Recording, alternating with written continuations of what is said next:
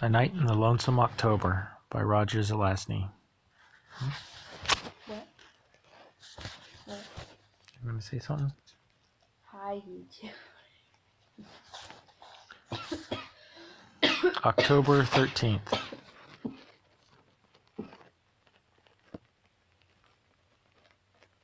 Can I read now? October 13th. The great detective was back today. I glimpsed him only briefly from the hedgerow where I was burying something. He did not see me. Later, Greymock told me that he had visited Owen's place. Owen and Cheater were out, and he had looked about some, discovering the wicker baskets. His assistant injured his wrist, she said, having been sent up the ladder into the oak to test the strength of some branches, whence he had fallen. Fortunately, he landed on a heap of mistletoe, or it might have been worse. That evening, I heard a scraping at an upstairs window while I was making my rounds. I went to it and peered out. At first I saw nothing, then I realized that a small form was darting back and forth. "Snuff, let me in! Help!" it cried. It was Needle. I know better than to invite you guys inside, I said. That's the boss. I'm just a bat. I don't even like tomato juice. Please. What's wrong? I heard a loud thunk from the other side of the wall. It's the vicar, he cried. He is wigged out. Let me in. I undid the latch with my paw and pushed. It opened a few inches, and he was inside. He fell onto the floor, panting. There followed another thunk from without. I won't forget this, Snuff, he said. Give me a minute. I gave him 2. Then he stirred. Got any bugs about? He said. I've got this fast metabolism, and I've been getting a lot of exercise. It'd take a lot of effort catching them, I said. They're pretty fast. How about some fruit? Fruit is good, too. There's a bowl in the kitchen. He was too tired to fly it, though, and I was afraid he was too fragile to pick up in my mouth, so I let him cling to my fur. As I walked downstairs, he repeated, wigged out, wigged out. Tell me about it, I said, as he feasted on a plum and 2 grapes. Vicar Roberts has become convinced there's something unnatural in this neighborhood, he said. How strange. What might have led him to that belief? The bodies with no blood left in them, and the people with anemia, who all seem to have had vivid dreams involving bats, things like that.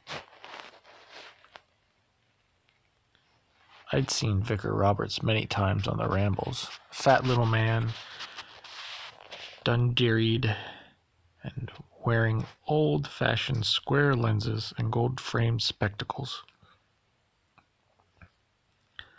I've been told that he often grew very red of complexion at the high points of sermons, splattering little droplets of spittle about, and that he was sometimes given to fits of twitching followed by unconsciousness and strange transports. It is understandable in someone of a hysterical personality type, I said.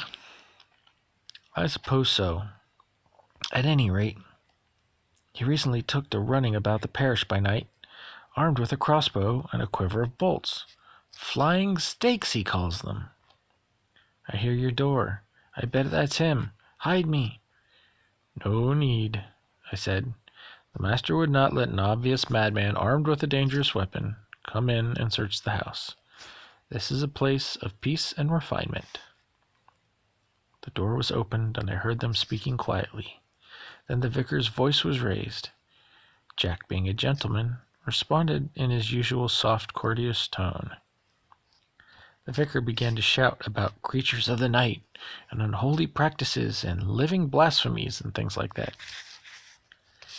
You gave it sanctuary, I heard him cry. I'm coming after it. You are not, Jack responded.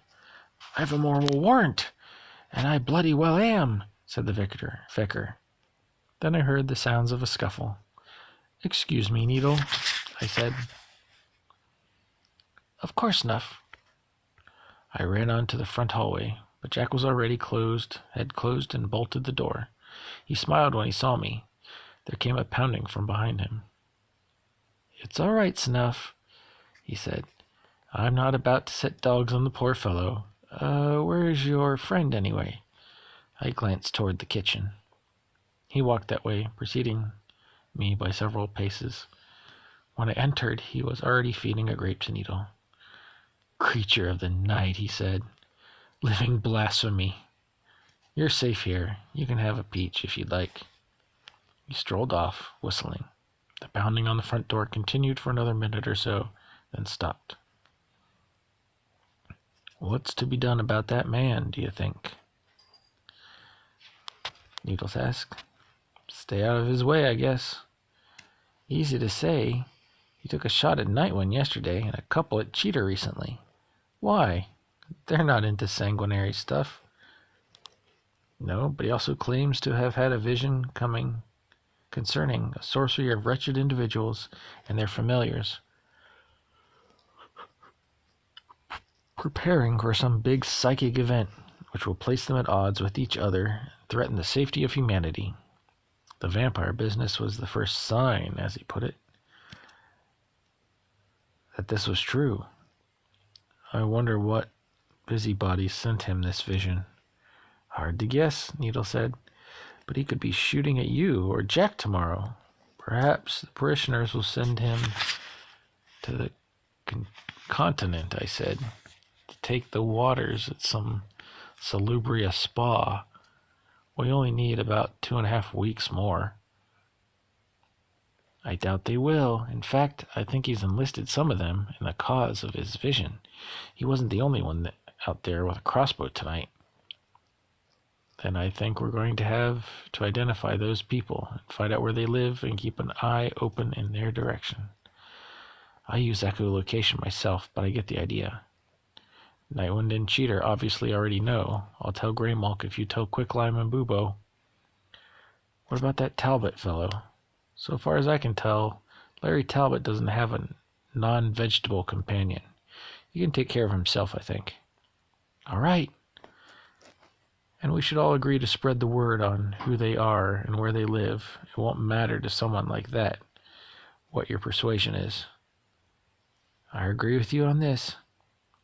Later, I checked around outside, and there were no crossbow persons in the area, so I opened the window again and let Needle out.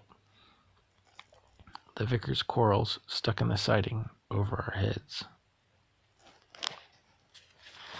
A Night in the Lonesome October by Roger Zelazny, October 13th.